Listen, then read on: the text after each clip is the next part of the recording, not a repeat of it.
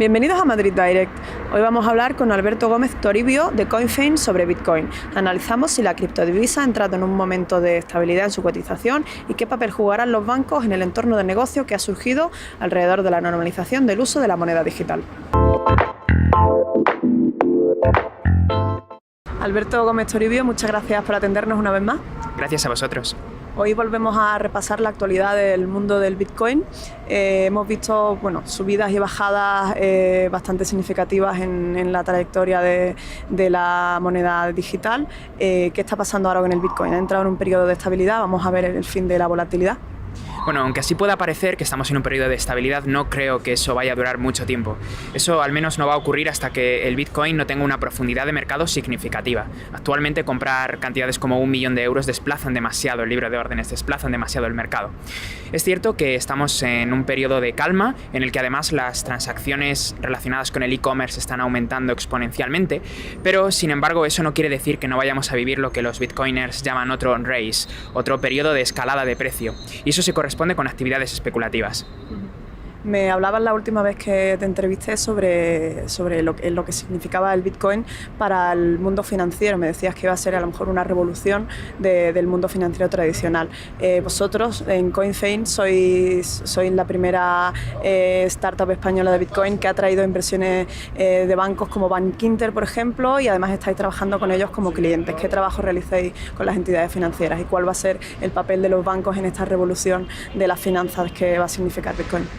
Bueno, pues es muy importante poner de manifiesto que Bankinter es el primer banco en el mundo en invertir en empresas de Bitcoin y es muy importante que ocurra en España. España es un sitio muy interesante para emprender en el mundo de Bitcoin porque en primer lugar tiene uno de los bancos más grandes del mundo y bueno, pues además son uno de los bancos más activos en el ecosistema de Bitcoin.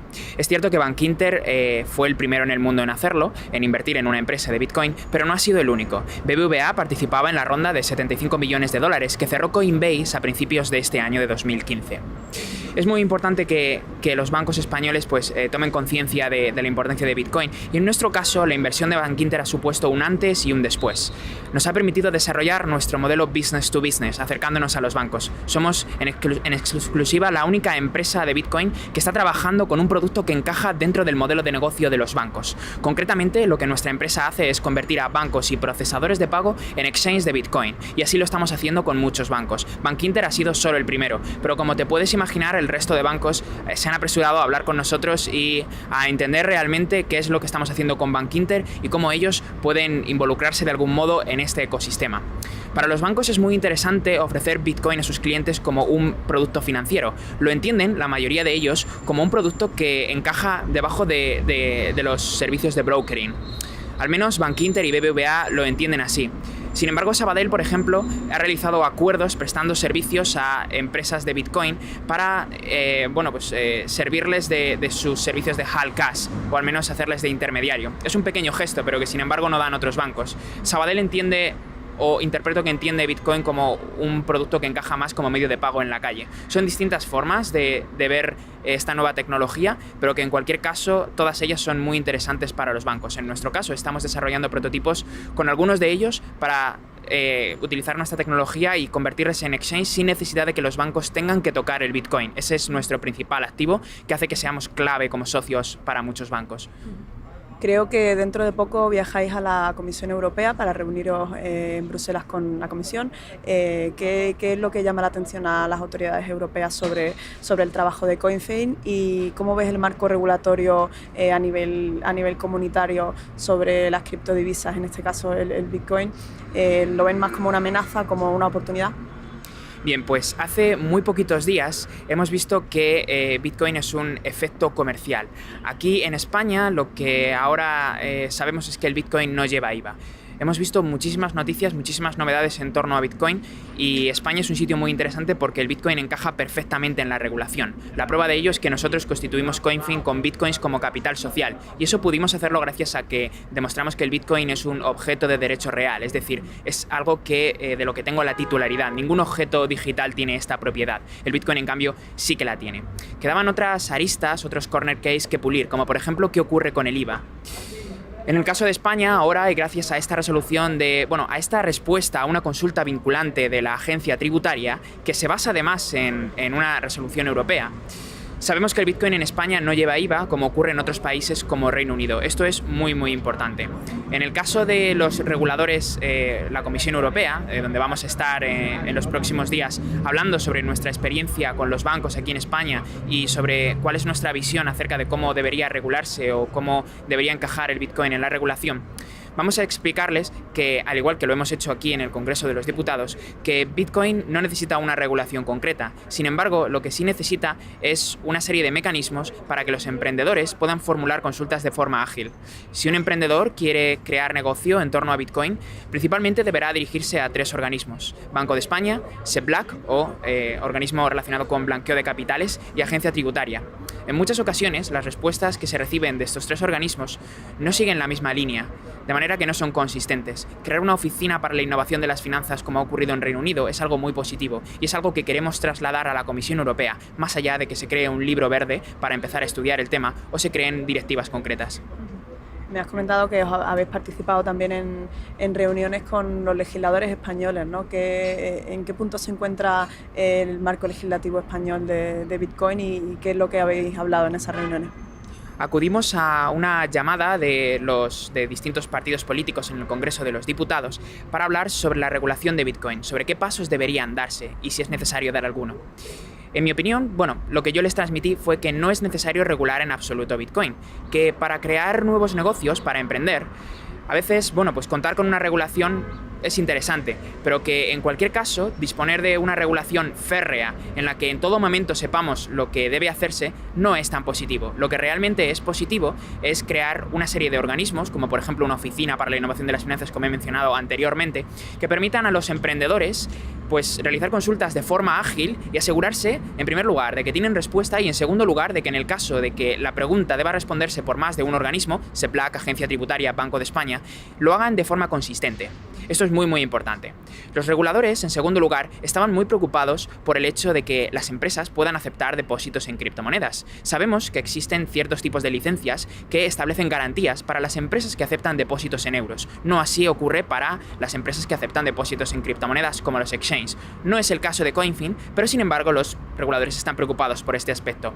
Sí que es cierto que deberá escribirse una regulación concreta para exigir un mínimo de garantías, una licencia. No está clara cuál es la fórmula, pero sí que es cierto que hay que hacer algo. Deben exigirse un mínimo de garantías a las empresas que aceptan depósitos en criptomonedas para garantizar que no existe ningún tipo de fraude. Estos días se ha celebrado en Madrid la Digital Currency Summit, patrocinada por BBVA. Como estamos hablando, la implicación de los bancos en este mundo de Bitcoin. ¿Cuál es el sentido de esta cumbre y qué importancia tiene para España que se haya celebrado aquí? Y también, ¿cuál ha sido la participación de CoinFin en la cumbre? Digital Currency Summit es un evento único en su especie y es muy revelador que ocurra en España. Es un evento que está organizado desde los bancos para hablar sobre Bitcoin y para que los bancos puedan compartir sus experiencias. Hemos visto cómo los bancos compartían sus experiencias sobre lo que se está haciendo con las criptomonedas y es muy interesante que sea un gran banco español, BBVA, quien patrocine esta conferencia. Creo que España, como he dicho antes, es uno de los mejores sitios para emprender y el business to business relacionado con Bitcoin es posible aquí y no en otros países, lo cual es muy interesante. Y ya para terminar, ¿cómo crees que evolucionará el entorno de negocio que está surgiendo alrededor de Bitcoin y cómo va el proyecto de CoinFin? ¿Cómo ha evolucionado desde la última vez que te hablé y hacia dónde lo vais a llevar? Bien. En Bitcoin estamos oyendo casi todos los días que tiene muchísimas similitudes, muchísimos paralelismos con el inicio de los negocios de Internet, la era de las .com. Lo que me planteé hace unos meses fue estudiar qué empresas o qué modelos habían tenido éxito en los inicios de Internet y qué empresas habían fracasado. Lo que descubrí fue que podría parecer una buena idea, por ejemplo, montar una página web que se dedicase a vender pizzas por Internet. Tiene sentido ahora. Pedimos pizzas por Internet, también lo tenía en el 95. Sin embargo, este es un modelo business to client, y en el caso de hacerlo en 1995, nos encontrábamos con un problema. Tus clientes potenciales no son aquellos que quieren pizza, sino aquellos que tienen internet. Se trata de un puñado de early adopters repartidos por el mundo. Actualmente nos encontramos el mismo modelo en las empresas que están tratando de crear negocios con Bitcoin. Están creando negocios para las personas que tienen y conocen Bitcoin. Y eso es un error. El mercado es muy pequeño y está evolucionando de una forma, creciente pero imprevisible. No podemos prever cuál va a ser el ratio de crecimiento. Así que muchas empresas están viéndose obligadas a cerrar sus servicios. Por ejemplo, la última de la que tengo noticia, Zex.io. Reconocen que el mercado no está evolucionando según sus expectativas. Business to Client es un modelo que puede llegar a funcionar cuando tienes un mercado grande, muy grande. España no es el caso, sin embargo la mayoría de empresas se centran en un mercado global. Pero existe otra alternativa, el Business to Business. Es mucho más difícil, pero sin embargo ha sido algo por lo que nosotros hemos apostado.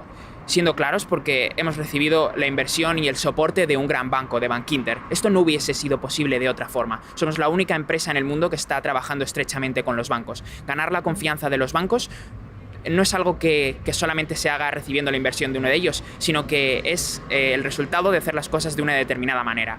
Creo que el business to business es un modelo de negocio que es sostenible en un momento en el que el mercado de Bitcoin no es demasiado grande. Muchas gracias, Alberto Gómez Toribio. Gracias a vosotros por invitarme. Muchas gracias, Alberto Gómez Toribio, por atendernos, y a ustedes les esperamos en la próxima edición de Madrid Direct, aquí en Dukascopy TV.